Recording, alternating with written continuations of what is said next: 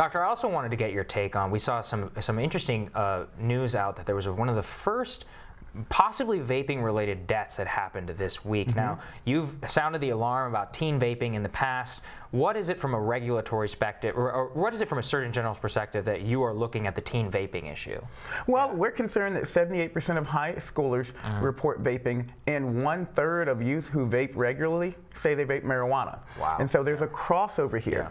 That vaping allows people to get an even higher concentration of THC, and many of the emergency department admissions for adolescents that we're seeing due to marijuana use are because they're using vape or dab devices. So there's a crossover appeal that we're seeing here between nicotine vaping for teenagers, and also that by normalizing that behavior, they end up vaping marijuana, which comes at very high consumption rates. I think once again, it's very difficult for people to wrap their heads around this, but is there any regulation on these marijuana products whatsoever in states like Colorado?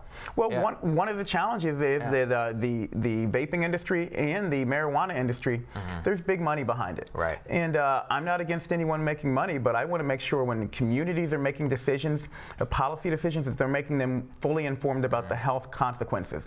That's what my advisory on e-cigarettes was about.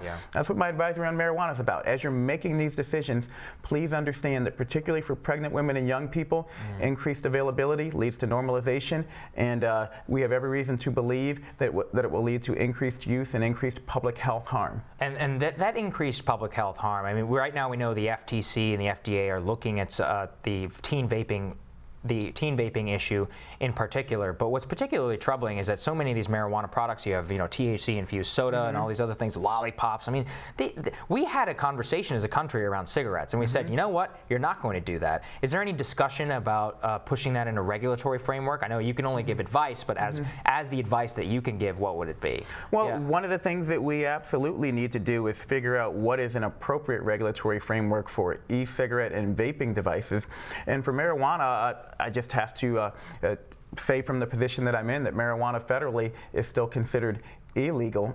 And you know, in communities, it's just important that folks understand that anything that is billed as a panacea usually isn't.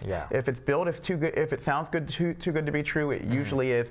But we always need to be cognizant, regardless of the potential health consequences.